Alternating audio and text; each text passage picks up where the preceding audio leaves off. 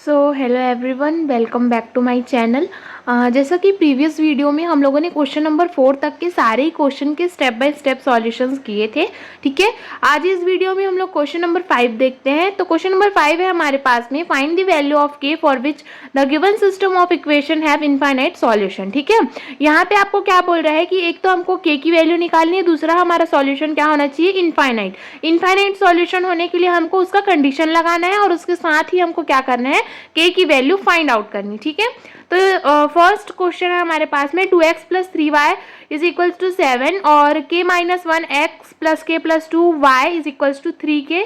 ये हमारा question number first है। तो इसको सॉल्यूशन देखते हैं।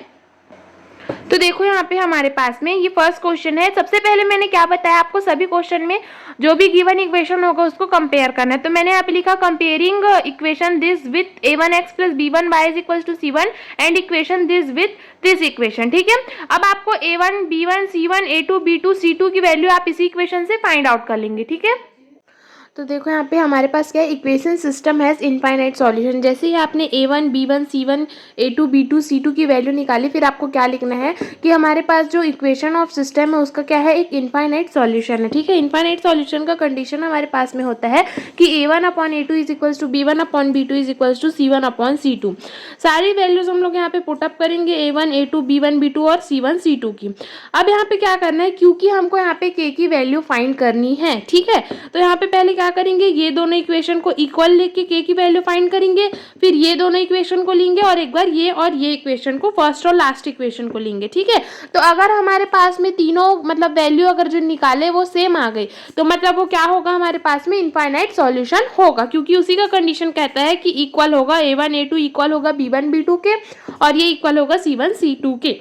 ठीक है, अब देखो यहाँ पे ये वाला 2 upon k minus 1 is equal to 3 upon k plus 2 हो गया। इक्वेशन नंबर 1 आप दे देंगे इसको।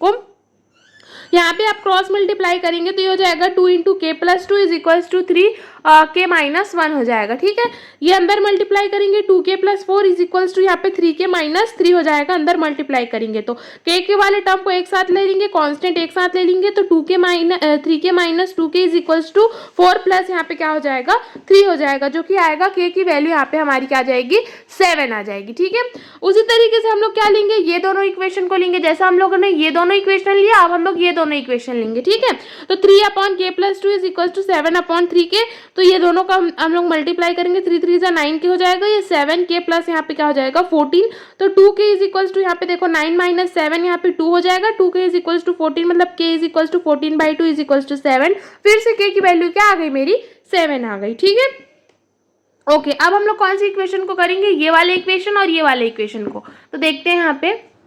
तो देखो मैंने फर्स्ट और लास्ट इक्वेशन को फिर से इक्वेट किया। इक्वेट करने पर मेरी value minus k is equal to minus 7, minus minus cancel out हो जाएगा, के की वैल्यू 7 आ गई। मतलब तीनों कंडीशन में मेरी के की वैल्यू क्या है, यहाँ पे 7 आ गई। तो क्या लिखना है आपको, since value of k will be taken which satisfy all equation, here 7 satisfy all equation, मतलब के की वैल्यू आपकी 7 हो जाएगी। उसी तरीके से आपका क्वेश्चन नंबर यहाँ पे देखो सेकंड देखते हैं हम लोग।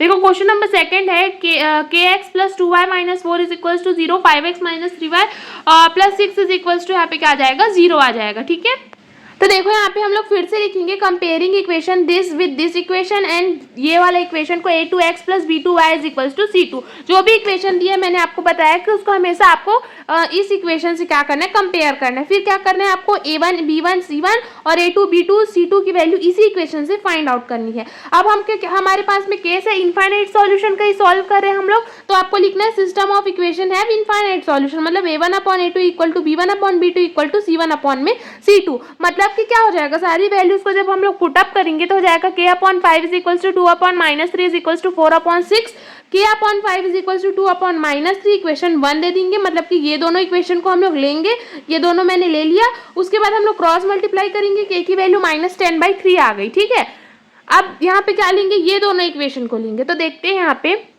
ठीक है, आप देखो यहाँ पे मैंने फर्स्ट और लास्ट को लिया, तो यहाँ पे फिर से मेरी वैल्यू क्या आ गई, माइनस 6 के इज इक्वल्स टू 20, मतलब k is equals to minus 20/6, cut करेंगे तो माइनस 10/3। मतलब आपको लिखना है since value of k will be taken which satisfies all equation, here minus 10/3 satisfy all the equation, मतलब k is equals to minus 10/3 आ गया आपका। ठीक है, थर्ड क्वेश्चन आपका एज इट इज बनेगा। मैं आपको यहाँ पे फोर्थ क्वेश्चन बताती हूँ। क्वेश्चन नंबर 4 है हमारे पास में।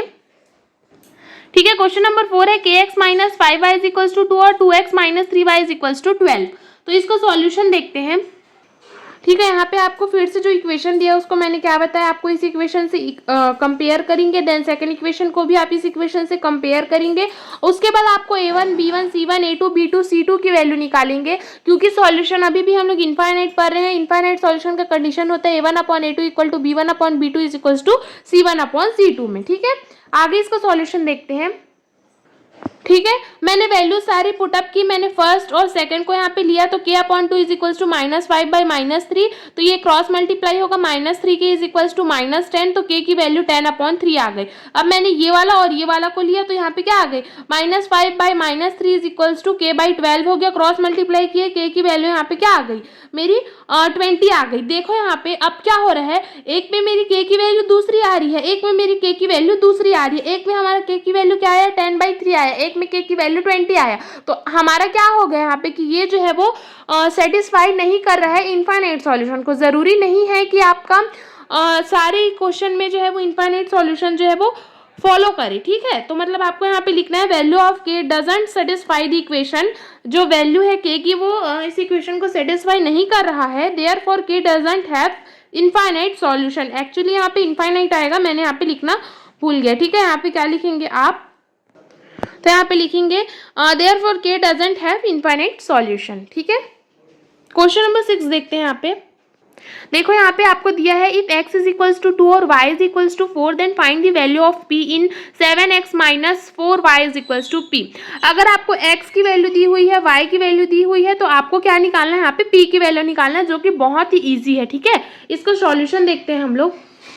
देखो, आपको गिवन यहाँ पे दिया 7x minus 4y is equals to p। आपको x की वैल्यू दी हुई है, y की वैल्यू दी हुई है, एक 2 दिया हुआ है, एक 4 दिया हुआ है। ठीक है, ओके, अब हम लोग क्या करेंगे, 7x की वैल्यू 2 रखेंगे, y की वैल्यू 4 रखेंगे, equal to p। 7 2 14 minus 4 4 16 is equal to p। जब हम लोग सब्ट्रैक्ट करेंगे तो -2, मतलब p की वैल्यू क्या आ गई मेरी -2। ठीक है, तो यहाँ पे मैंने आपके क्वेश्चन नंबर 6 तक के जो है वो क्वेश्चंस कंप्लीट किए हैं। 2 क्वेश्चन इस एक्सरसाइज के आपके और रिमेनिंग है, उसको हम लोग नेक्स्ट पार्ट पे देखेंगे। ठीक है, अगर आपको वीडियो अच्छी लगी हो तो प्लीज चैनल को लाइक, सब्सक्राइब और शेयर कीजिएगा। Thank you so much.